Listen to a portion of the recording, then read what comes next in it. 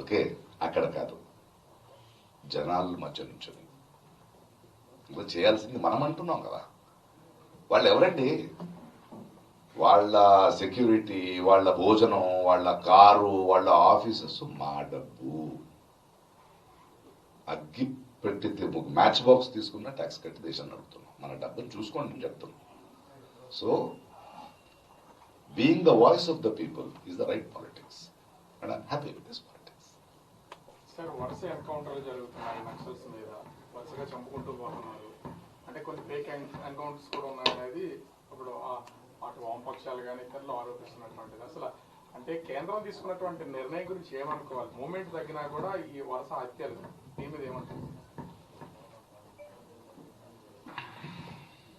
ఎవరిని ఎన్నుకున్నారో మీరు? హంతకుడిని ఎన్నుకున్నారు. ఆడికది వేటాది, అంతే కదా. చాలా బాధతో చెప్తున్నాయి మాట. ఎన్కౌంటర్ ఏంటి? జనజీవన స్రవంతిలో తీసుకురావాలి కానీ పోరాటం ఎందుకు చేస్తున్నారు? మన ప్రజలే కదా, మనవాళ్లే కదా. ఏంటి సమస్యలు అన్నాడు. ఎన్కౌంటర్ అంటే ఆపరేషన్ సింధూర్ అది అలా కాదు కదా, మనవాళ్లే కదా. ఎందుకు కోపడ్డావు? ఏంటి నీ బాధ్యత? ఏంటి నీ బాధ? ఏదో కారణం ఉంటుంది కదా. టెర్రరిస్టులు కాదు కదా. ఏదో ఒక ఐడియాలజీతో, మీ ఐడియాలజీ కాకపోవచ్చు, మీకు భిన్నాభిప్రాయాలు ఉండొచ్చు, కూర్చొని మాట్లాడాలి. ఎన్కౌంటర్లు ఏంటి? అరెస్టులు ఏంటి? గొంతు విప్పితే ఈడీ రేట్లు ఏంటి కదా. అన్యాయం జరుగుతోంది. సింపుల్, బాధతో చెప్తున్నా.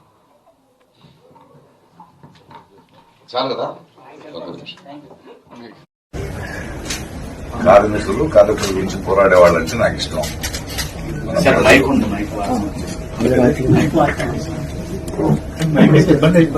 హ్యూమన్ మనిషి వికాసంలో ఇంత క్రౌర్యాన్ని, ఇంత అన్యాయాన్ని భరించలేదు. బికాజ్ ఇది మనం హిట్లర్ నుంచి చూస్తున్నాం, ముసోలి నుంచి చూస్తున్నాం. అక్కడి నుంచి ఇతిహాసం నుంచి మనం పాఠం నేర్చుకోవాలి తప్పితే ఇంకేముంది. అండ్ ఎప్పుడు దాకా ప్రజలకి ఇది నా దేశం, రాజకీయం చేయాల్సింది నేను, వాళ్ళు కాదు, వాడు మాకు భిక్ష లేదు అని మనకి అర్థమవ్వదు, అప్పుడు దాకా ఇలా ఉంటుంది. Sir, even coming to the Kannada film industry, it was very less visible decades before, but with KGF and Kantara, it has now become pan-India. అలా కదమ్మా, సక్సెస్లు ఫెయిలియర్స్లు ఉంటాయమ్మా. Malayalam film is also doing lot of content. ఒక సినిమా కోట్లు సంపాదించింది కాబట్టి ఆ ఇండస్ట్రీ పెరిగిందని లేదు కదా. It is one of its kind. అలా అంటే గ్రోత్ ఇస్ ద మారాలి కదా. దాన్ని ఎలా సస్టైన్ చేస్తారనేది వచ్చే సినిమాలు చెప్పాలి. To the next generation, younger generation who has brought it. yes yes yes. Sir, iBomma Ravi విషయంలో మీరు ఏం చెప్పాలనుకుంటున్నారు? దొంగతనం తప్పు కదయా, ఎవరిదైతే ఏంటి. దొంగతనం తప్పు, దొంగే. ఇటీవల కాలంలో చూసుకుంటే కొత్త సినిమాలకు ధరలని కూడా పెంచుతున్నారు, ధరల భారం పెరుగుతుందని చెప్పి చూడకండి సినిమాలు, చెప్తున్నారు. చూడండి. అలా కాదు, ఎవడు వ్యాపారం వాడిది. ఓకే, ఇప్పుడు దొంగ కూడా చేస్తున్నా అంటే ఆడు హీరో ఎలా అవుతాడండి? అవును, ఒక పెద్ద దొంగే మహాప్రభు అయ్యాడు ఈ దేశానికి. అలానే అందరూ దొంగలే ఏమవ్వాలి దేశం. సార్, శివాజీని, మన సినీ నటులు శివాజీ చేసిన వ్యాఖ్యలపై మీ సమర్థిస్తున్నారా లేకపోతే వ్యతిరేక? సమర్థించడం ఏంటి? అంత చెత్తగా మాట్లాడితే ఒక భాష ఏంటి? ఆడవాళ్ళంటే ఏమనుకుంటున్నారు మీరు? మీలో ఉన్నదే బయట వస్తుంది. అదేంటా మాటలు, అదేంటా అహంకారం, అదేంటి ఆడాళ్ళని ఈడుతారని. ఇవాళ ఆడవాళ్ళకి అన్యాయం ఎవరి నుంచి జరుగుతుంది? మగాళ్ళే కదా, తరతరాలుగా మనమే చేస్తున్నది కదా. మీరు ఒక వేదిక మీద మాట్లాడుతున్నప్పుడు మీకు ఉండాలి. సరే, ఆయన క్షమాపణ అడిగాడు, బట్ ఒక సంస్కారాలు బలిదారు కదా. ఇప్పుడు ఆమెను ఆంటీ అన్నాడు అంటే వాళ్ళ భాష చూడండి. వాళ్ళకి ఆడవాళ్ళ బాడీ పార్ట్స్ తప్పితే తెలుగు రాదు వాళ్ళకి. వాళ్ళ బాడీ పార్ట్సే మాట్లాడతారు. వాళ్ళు ఎంత సంస్కారాలు అనుకుని మాట్లాడుతున్నా అంత అసహ్యనది. అనసూయ గారిని, అనసూయ లాంటి వాళ్ళని నేను సపోర్ట్ చేస్తాను.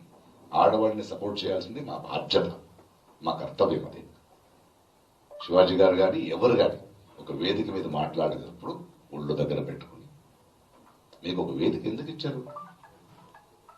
మీకు భిన్నాభిప్రాయాలు ఉండొచ్చు. భిన్నాభిప్రాయాలు ఎలా చెప్పాలి? ఏ మాటలతో చెప్పాలి?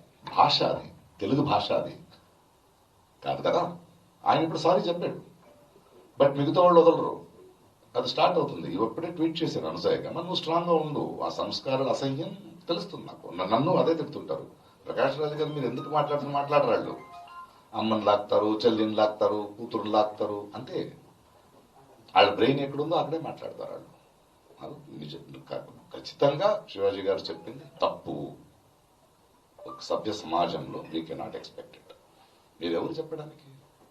మీ దృష్టి మార్చుకోండి. గిల్లేది ఎవరండి అమ్మాయిని? ఆడవాళ్ళ? మగాళ్లే కదా. మరి నేను పోకులేలా చెప్పాలా గిల్లితే గిల్లించుకోవాలని? కాదు కదా, న్యాయం కదా అది, తప్పది. ఆరావళి పర్వతాల మీద పెద్ద ఎత్తున పోరాటం జరిగింది, ప్రభుత్వానికి తగ్గింది. మెయిన్ స్ట్రీమ్ మీడియా కన్నా సోషల్ మీడియా వచ్చిన దాంట్లో తగ్గింది అనేది నిజం. నిజం. అంటే సోషల్ మీడియాలో ప్రజలు నించున్నారు, లేకపోతే వాళ్ళు అలా చేస్తూనే ఉంటారు. ఎందుకంటే మేజర్ మీడియాలు అమ్ముకున్న తర్వాత ఇంకేం చేయాలి మనం? ఇంకేం చేయాలి? There are so many youngsters, YouTubers నిజంగా ప్రామాణికంగా పనిచేస్తున్నారు.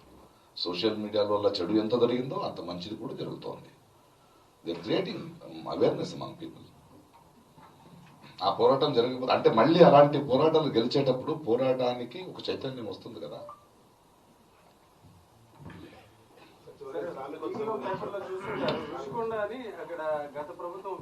ఇది నేను ఏదో హైదరాబాద్ వైజాగ్ లో నివాసన్నట్టు ఒక్కొక్క రోడ్ ప్రాబ్లం నన్ను అడిగితే ఎలారా? మీరు ఎన్నుకున్న ఒక సర్కారం ఉంది ఇక్కడ, మినిస్టర్లు, డిప్యూటీ చీఫ్ మినిస్టర్లు, మినిస్టర్లు ఉన్నారు, వాళ్ళని అడగండి. వాళ్ళని అడగాలి, వాళ్ళే జగన్ ప్యాలెస్ అని 450 crores వెచ్చించారు. కొన్ని డీటెయిల్స్ అని నాకు తెలియదు. ఇదేదో అడిగి ఎందుకు ఈ గవర్నమెంట్ హోటల్కి ఇద్దామని అనుకుంటున్నారు. అనుకుంటారు, దేశాన్నే ఇస్తున్నారు ఇంకా హోటల్.